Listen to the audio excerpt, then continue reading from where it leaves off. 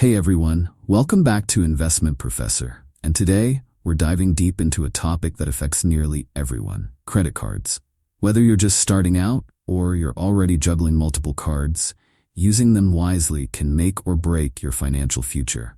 Today, I'll cover everything you need to know, how to use them, the pros and cons, and how to avoid common mistakes. Grab a notebook and let's get into it. What are credit cards? First, let's start with the basics. A credit card is essentially a line of credit extended to you by a bank or credit institution. When you use the card, you're borrowing money, which you're expected to pay back either in full or over time. And here's the key: interest. If you don't pay off your balance in full, the amount you owe will grow due to interest charges. So credit cards can either be a useful tool or a financial trap, depending on how you use them. Pros of using credit cards wisely. 1.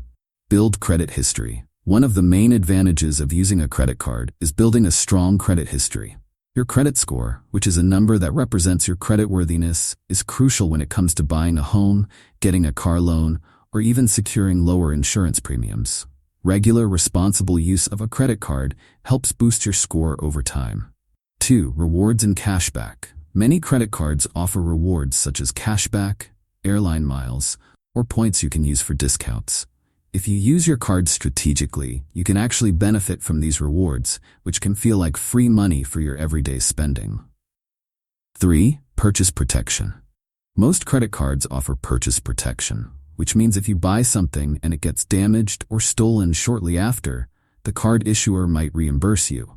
Some cards also extend warranties on products, offering peace of mind on big-ticket items. 4. Convenience. Using a credit card is often easier than carrying cash. Plus, many cards offer zero liability protection in case your card is stolen or there's fraudulent activity on your account. Cons of credit cards.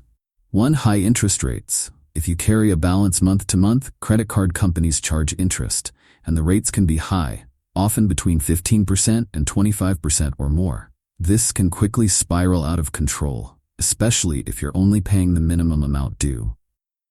2. Debt trap. Credit cards make it easy to spend money you don't have. This can lead to a cycle of debt that's hard to break, especially if you're relying on them to cover everyday expenses. 3. Potential to damage credit.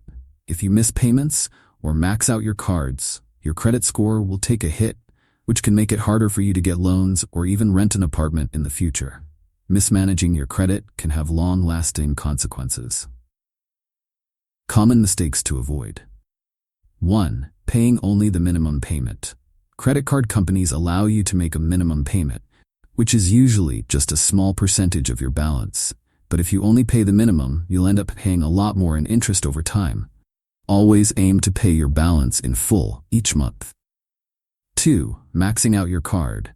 Another mistake is using up your entire credit limit. This hurts your credit utilization ratio, which is the amount of credit you're using compared to the total credit available to you.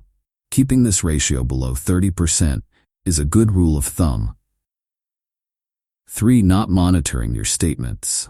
Many people don't keep an eye on their credit card statements, which can lead to missed payments, overspending, or unnoticed fraudulent charges. Review your statement every month to ensure everything is accurate. How many credit cards should you have? There's no one-size-fits-all answer, but here are a few things to consider. 1 to 2 cards for beginners. If you're just starting out, 1 or 2 credit cards should be more than enough to build your credit history.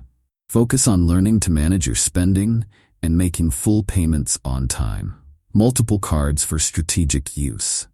If you're more experienced and want to take advantage of rewards, you might consider having several cards. However, this requires discipline.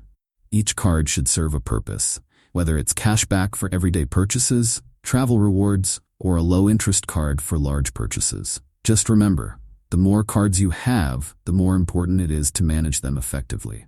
Keep track of due dates, balances, and interest rates. When to pay your bills. Here's the golden rule: always pay your credit card balance in full before the due date.